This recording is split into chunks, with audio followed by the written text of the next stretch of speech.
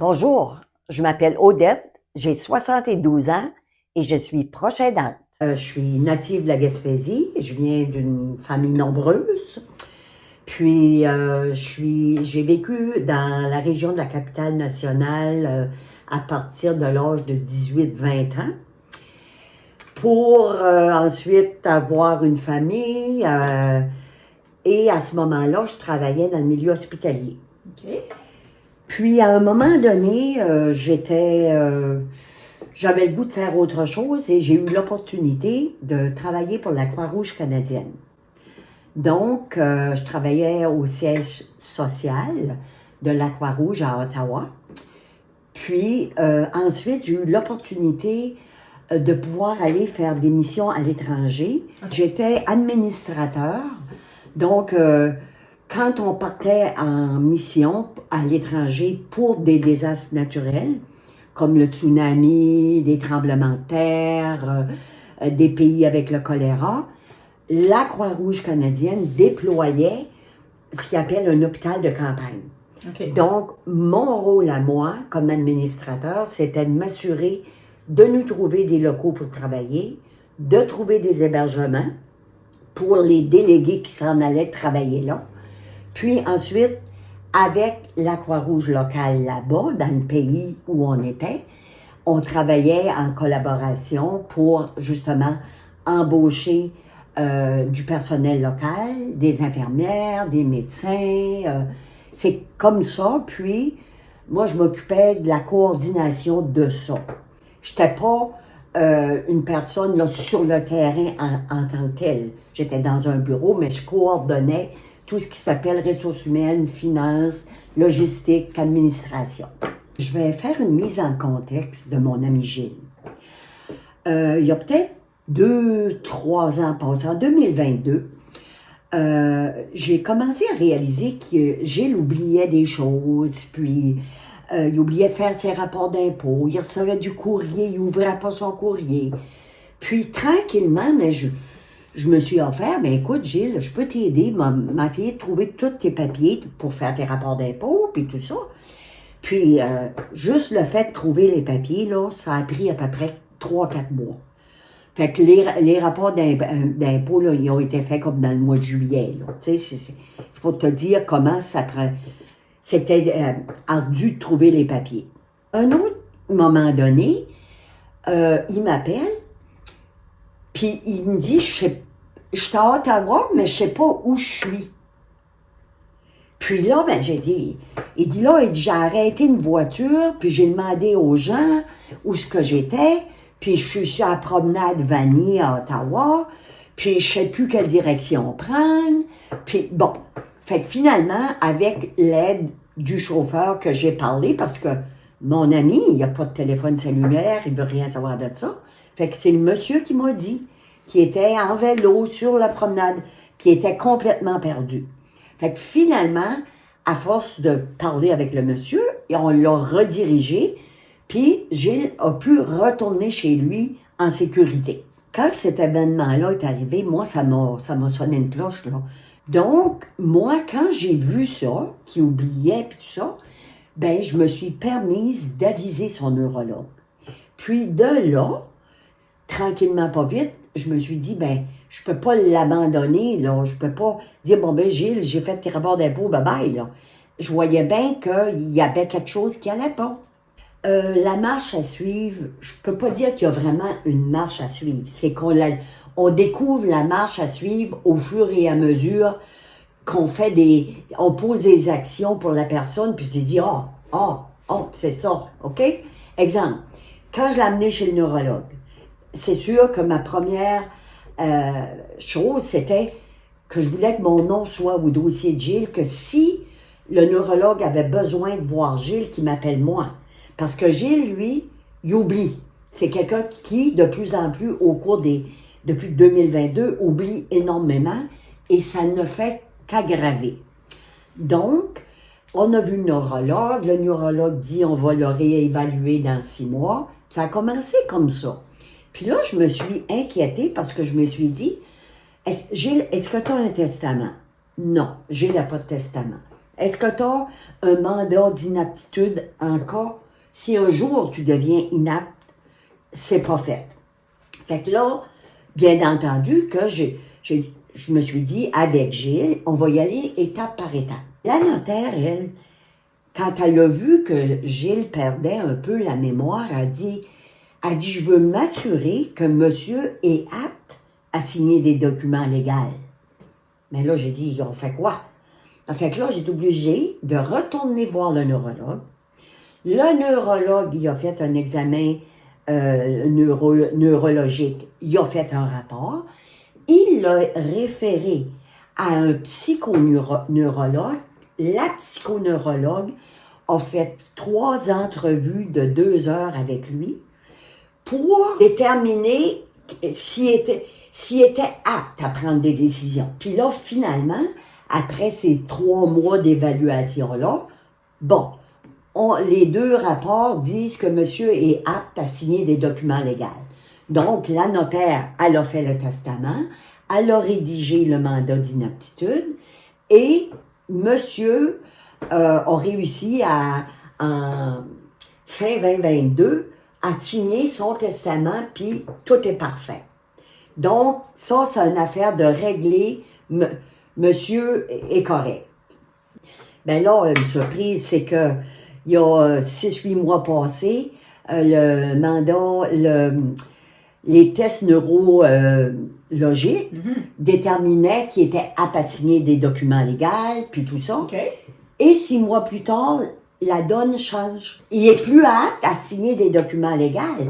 Mais ça, c'est un autre processus qui embarque. Il est plus apte à mes yeux, puis à mon sens. Mais qui suis-je pour le diagnostiquer? Donc, ça veut dire retour chez le neurologue. Ça veut dire retour chez la neuropsychologue. C'est encore un autre 3 mois d'étapes et de tests pour mon ami Gilles avant qu'il y ait le fameux diagnostic qu'il n'est plus apte à s'occuper à s'occuper de sa personne au niveau de s'occuper de ses biens, de se défendre, de défendre ses opinions, de défendre ses droits. OK. Fait que là, ça a été ça, c'est une grosse surprise. Premièrement, Gilles a 2 enfants, donc les 2 enfants sont au courant qu'il y a un testament, sont au courant qu'il y a un mandat d'inaptitude de signer si un jour il devient inapte, et il est maintenant inapte. Il y a un processus d'entamer avec la notaire. Il faut toujours avoir des professionnels. Là, il y a un processus de faire homologuer son mandat d'inaptitude. Mais l'homologation d'un mandat, moi, je pensais que ça se faisait en criant ciseaux. Non, non, non. Ça passe en cours, puis c'est la cour qui détermine avec plein de rapports. Le rapport du neurologue, le rapport de la neuropsychologue. Et j'ai dû embaucher dans le privé une travailleuse sociale qui a fait un rapport psychosocial de Gilles. Qu'est-ce que ça veut dire? Ça veut dire qu'il a rencontré les membres de la famille à Gilles, les frères et sœurs de la famille à Gilles. Elle a étudié le contexte dans lequel, dans son environnement social, Gilles vivait, pour arriver à découvrir, parce que c'est une professionnelle et non moi, parce que moi, je peux juste donner un coup de main. Une amie. Je suis une amie. Donc ça a été pour moi très révélateur. Je me suis dit, mon Dieu, j'ai donc bien fait de m'entourer de gens qui connaissent la loi. Parce que ça, là, c'est bien important. Parce que si tu fais des choses, puis tu penses que tu fais ça, puis tu es sûr que tu es bien là. Mais il y a un membre de la famille qui peut arriver puis dire non, non, non, non. Tu fouilles pas dans les affaires de mon père, patati, patata. Wow. Fait que moi, j'ai un bon ami qui m'a dit, Odette, tu devrais mettre des gens, des professionnels dans le dossier avec toi pour t'accompagner. Parce que toi, tu apprends sur le tas. Dieu merci que j'ai eu la travailleuse sociale et la notaire qui ont été extraordinaires, qui m'ont guidée et qui me guident toujours dans les démarches que je fais. C'est comme être Un chien de garde. Quand j'ai commencé à aider Gilles, on recule toujours à ses papiers d'impôt. Je pensais que c'était juste ça, là. J'allais démêler ses affaires. Mais, subtilement, ça s'est manifesté. Il y avait une affaire, il y avait une autre affaire. Tranquillo, j'ai dit, ben voyons donc, là, c'est quoi ça? Un compte de 3000 $ qui n'avait pas été payé de gazifère ou je sais pas trop quoi. Fait que là, j'ai dit, wow! Fait que là, j'ai commencé à collectionner des informations, puis à téléphoner. Mais là, pour que les gens ajoutent mon nom à Hydro ou bien à le gaz ou ses choses à lui, ses assurances auto, assurance maison, faut que je sois en présence de Gilles.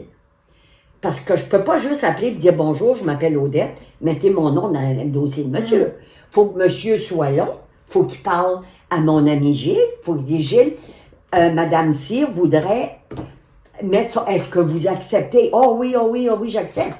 Mais des fois, ça peut prendre une journée entière à faire 2 appels. Parce que tu arrives chez la personne, là, tu parles un peu, là, tu appelles. Puis on s'entend qu'on attend au téléphone. Après ça, on parle.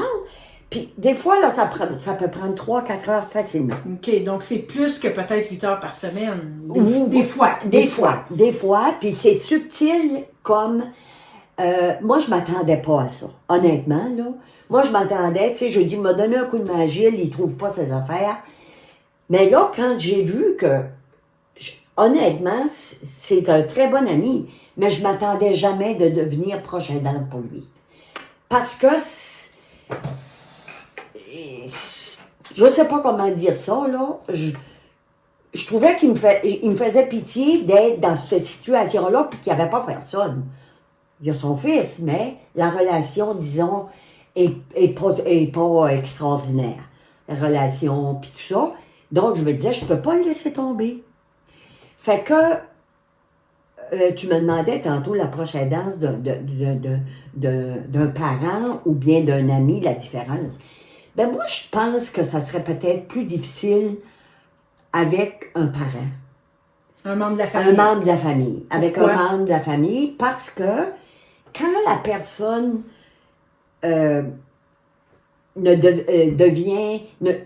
plus apte à prendre soin de ces choses, à prendre soin de prendre des décisions, c'est pas tout le monde qui accepte. Je me dis, wow, si je ferais ça avec une de mes sœurs, ou bien, puis quand ça serait le temps d'être un peu ferme pour une décision monétaire, exemple, vendre une maison, là, on rentre dans un autre problème. Ça c'est la vie de Gilles, sur papier, OK? Puis c'est par ordre alphabétique, bien entendu. J'ai une copie de son assurance maison, j'ai une copie de son assurance vie, j'ai une copie de tous ces détails de la banque, j'ai son budget ici que j'ai fait, les dépenses relatives à tous les rendez-vous que j'ai fait avec Gilles, il y a certaines dépenses, ses revenus, le certificat de localisation de la maison.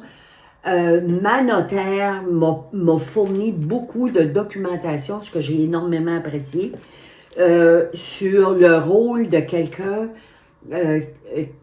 qui éventuellement va devenir mandataire, ce qui va m'arriver.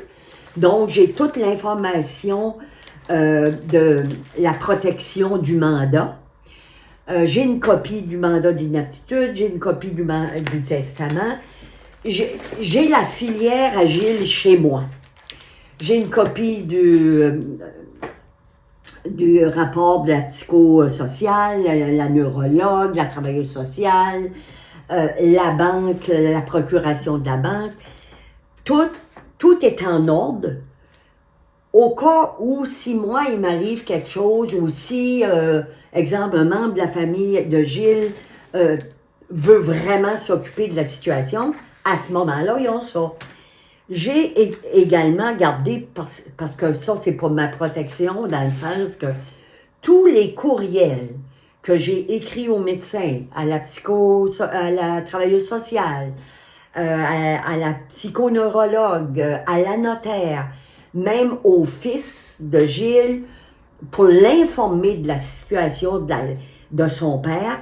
J'ai gardé une copie de tout, puis tout est à jour, puis si jamais quelqu'un arrivait et disait, écoutez, on veut vérifier, il y a eu une somme de telle affaire qui a été dépensée, ben je peux dire oui, exactement, il y a eu tel montant pour la travailleuse sociale que j'ai pris en privé. Je me suis organisée pour me protéger. Moi, faire de l'approche aidance, c'est venu premièrement parce que je voulais m'occuper de mes journées quand j'ai pris ma retraite à 68 ans. J'ai commencé avec l'Alzheimer et un peu plus tard, comme j'expliquais, ben j'ai aidé mon ami Gilles dans le processus qu'il se trouve actuellement. Moi, qu'est-ce que ça m'apporte? Ben, premièrement, je me dis, moi, j'ai beaucoup de gratitude pour ce que j'ai dans la vie.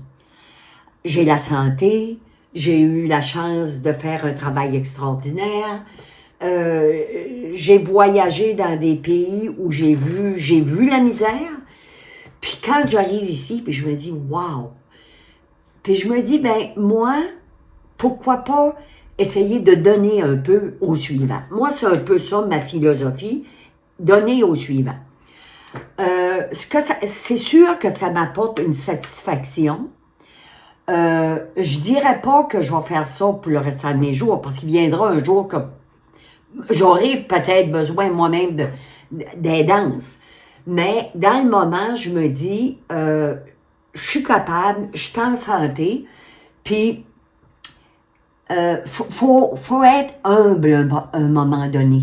Tu sais, quand tu vois des gens qui en même âge que toi, puis qui perdent des facultés, puis tout ça, tu te dis, ben, wow. Tu sais, c'est ça. Moi, ça me rend plus humble, je dirais. J'en ferai pas pour 4-5 personnes en même temps.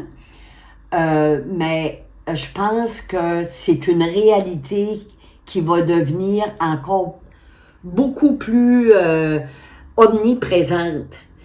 Parce que la population est vieillissante, nous sommes les baby boomers, et qui prendra soin de nous éventuellement.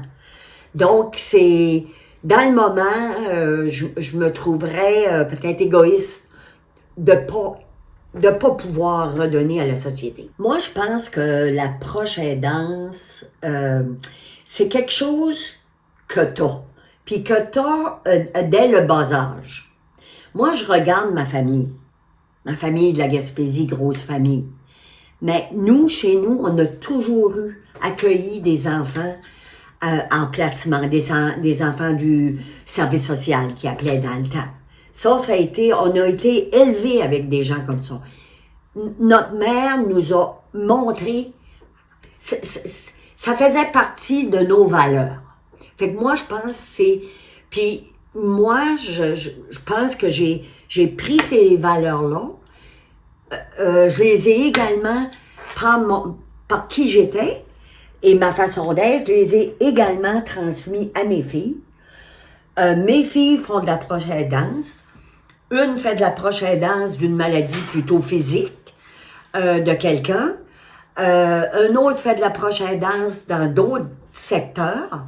Mais je pense que l'approche aidance, ça fait partie de notre famille, puis de l'ADN, puis je trouve que je dirais pas que c'est pas donné à tout le monde, là, mais je trouve que c'est un cadeau d'avoir de l'empathie. Tu sais, d'arriver, puis d'empathie pour n'importe qui. Moi, je sais bien que des fois, je me dis, pourquoi je me suis embarquée dans ça, mais je peux pas faire autrement. Je suis de même. Fait que, puis je pense que mes enfants sont de même, puis je pense que c'est ça. Oui, finalement, ça fait partie de mon ADN.